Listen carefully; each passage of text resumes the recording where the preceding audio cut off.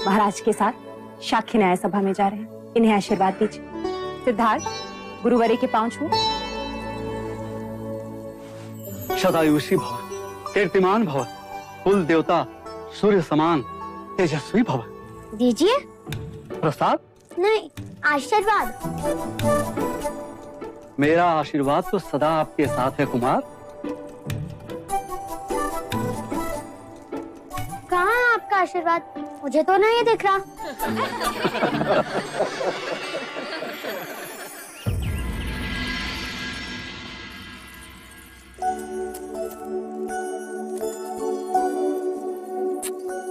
क्या न्याय सभा जाने के लिए इतने आभूषण पहनना आवश्यक है माँ? हाँ, क्यों? तभी तो तुम युवराज लगोगे। तो क्या आभूषण ना पहनने से युवराज युवराज नहीं होते? तुम्हारा नाम सिद्धार्थ नहीं, प्रश्न होना चाहिए था। महादेवी, युवराज को काला टीका लगा दे, कहीं इन्हें आप ही की दृष्टि ना लग जाए।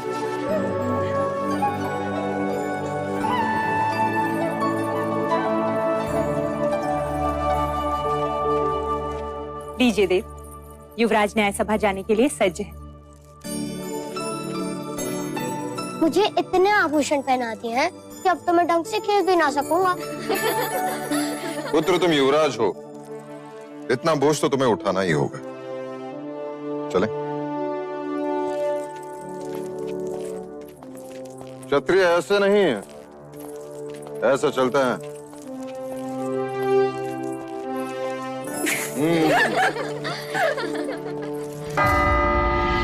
आप सभी का कपिल वस्तु की न्याय सभा में स्वागत है, और स्वागत है हमारे युवराज सिद्धार्थ का और कुमार देवदत्त का भी, जो आज प्रथम बार कपिल वस्तु की न्याय सभा में उपस्थित हुए हैं। युवराज सिद्धार्थ की! युवराज सिद्धार्थ की! युवराज सिद्धार्थ की! शांत हो जाइए, शांत हो जाइए। महाराज शुद्धोदन की आज्ञा से अब आज की न्याय सभा आरंभ की जाती है। अब दोनों किसान अपनी अपनी न्याय याचना लेकर महाराज के सम्मुख उपस्थित होंगे।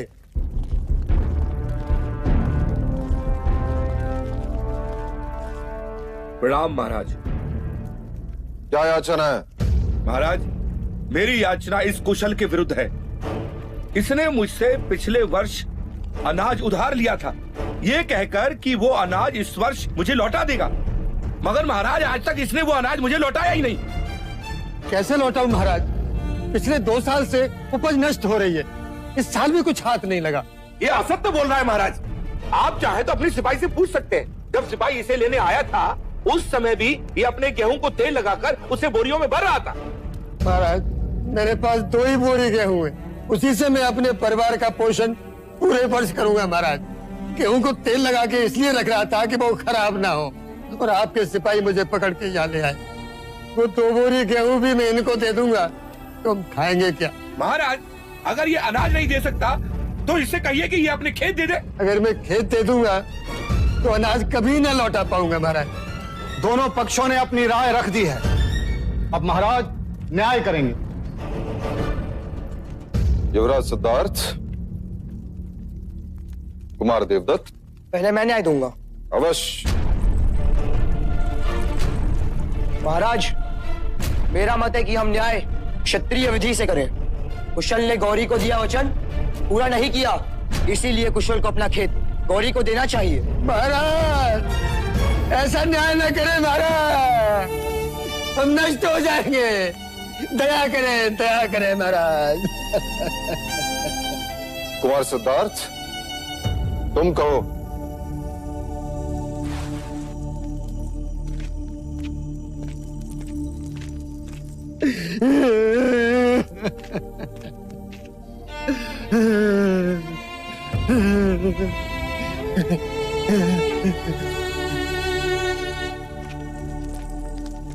महाराज, यदि कुशल गौरी को गेहूं दे देगा तो अपने परिवार का पेट कैसे पालेगा? खेत दे देगा तो अनाज कहाँ से उगाएगा? और गौरी को उसका अनाज कहाँ से लौटाएगा? वैसे भी गौरी के पास अनाज का अभाव नहीं, इसलिए मुझे लगता है कि कुशल की अनाज लौटाने की अवधि बढ़ा दी जाए।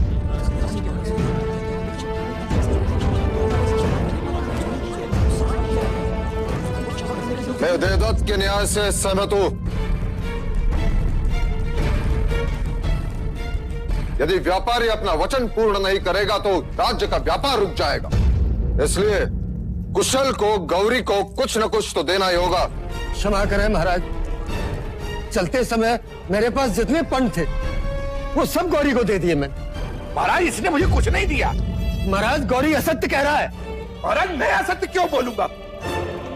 महाराज आप कहें तो मैं सत्य का पता लगा सकता हूँ।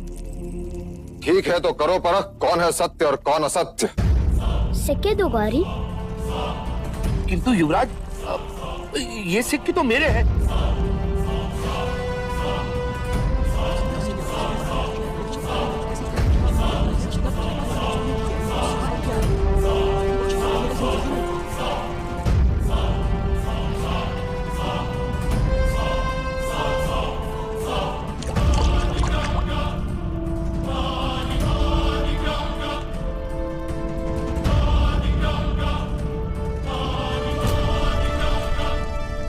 ये सिक्के कुशल के ही हैं।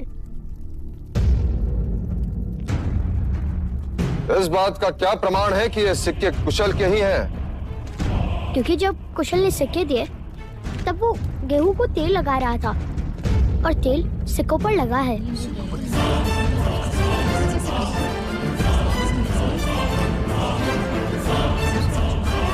जवाब महाराज, जवाब। ये सिक्के कुशल के ही है महाराज, कुशल के। इससे यह प्रमाणित होता है कि कुशल ने गौरी को सिक्के दिए थे और इसके नियत में कोई खोट नहीं। कुशल के अनाज लौटाने की अवधि बढ़ा दी जाती है और गौरी को असत्य बोलने के लिए 10 कोड़े मारने का दंड सुनाया जाता है। नहीं महाराज, नहीं महाराज, मुझे क्षमा कर दो, मुझे क्षमा कर दो। 10 सिक्कों के लालच ने मुझे अंधा बना दिया महाराज, अंधा बना दिया। मैं अगर आज के बाद असत्य बोलूं तो मेरे अनाज और खेत सब आपके। महाराज गौरी को क्षमा कर दीजिए, अब से वो कभी असत्य नहीं बोलेगा।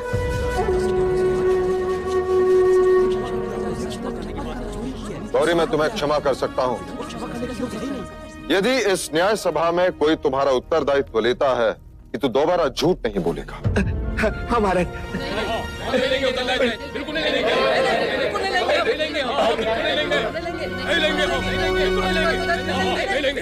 देखा गौरी, तुम्हारा उत्तरदायित्व लेने के लिए कोई तैयार नहीं, इसलिए तुम्हें 10 कोड़े मारने का दंड। महाराज गौरी का उत्तरदायित्व मैं लेता हूँ।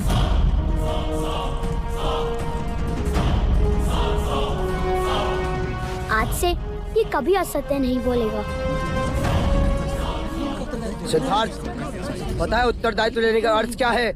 यदि गौरी ने दोबारा असत्य कहा तो कोड़े तुम्हें खाने होंगे। हाँ ज्येष्ठा, पर गौरी तो यातना से बच जाएगा ना?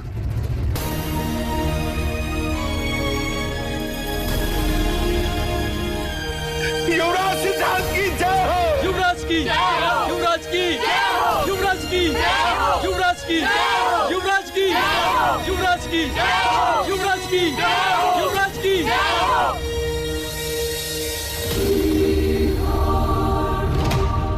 चाहे लाख जतन कर ले राजन, तेरा पुत्र सन्यासी ही बने।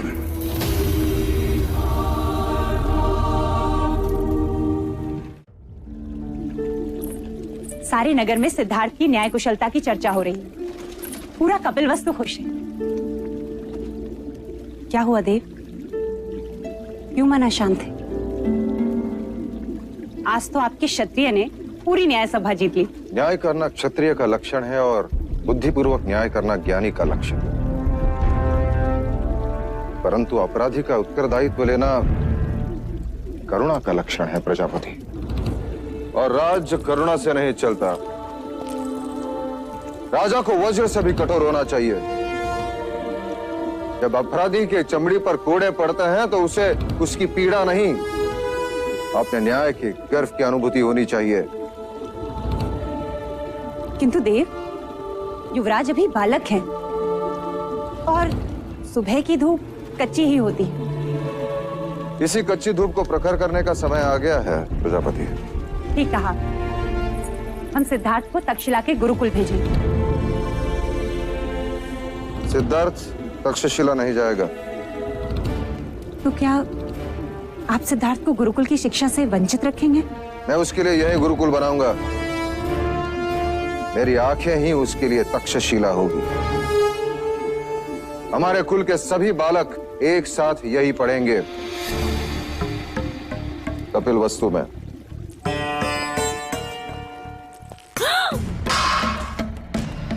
भोजन पर क्रोध नहीं करते देवदत्त। क्यों न करूं?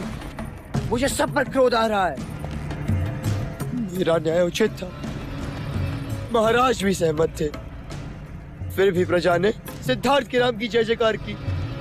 क्यों? आंसू पोंछो देवदत्त, इस भांति रोते नहीं, अब तुम बड़े हो गए हो। यदि आप महाराज से बड़े होते तो राजगद्दी हमारी होती। देवदत्त, सची तो कह रहा है वो। इस भांति बड़ा होकर भी देवदत्त छोटा नहीं बनता। आप इसके पिता हैं। आपके आंखों में इसके आंसुओं का कोई मूल्य नहीं। क्या चाहते हैं आप? कि देवदत्त भी सिद्धार्थ के पीछे पीछे घूमता रहे जैसे कि आप महाराज के पीछे घूमते हैं? मंगला,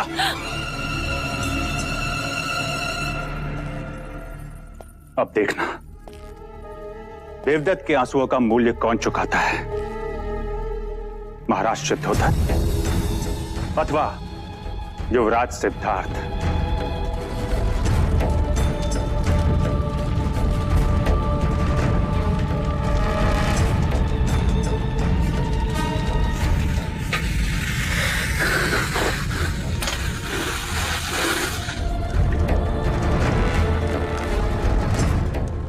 लीजिए महाराज, ज्यों की त्यों है, रत्ती भर भी अंतर नहीं है।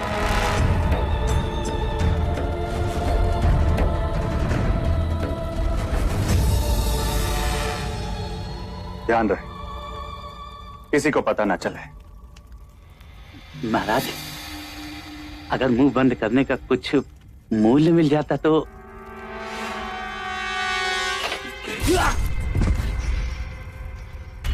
ऋण तो मैं स्वयं भी नहीं रखता।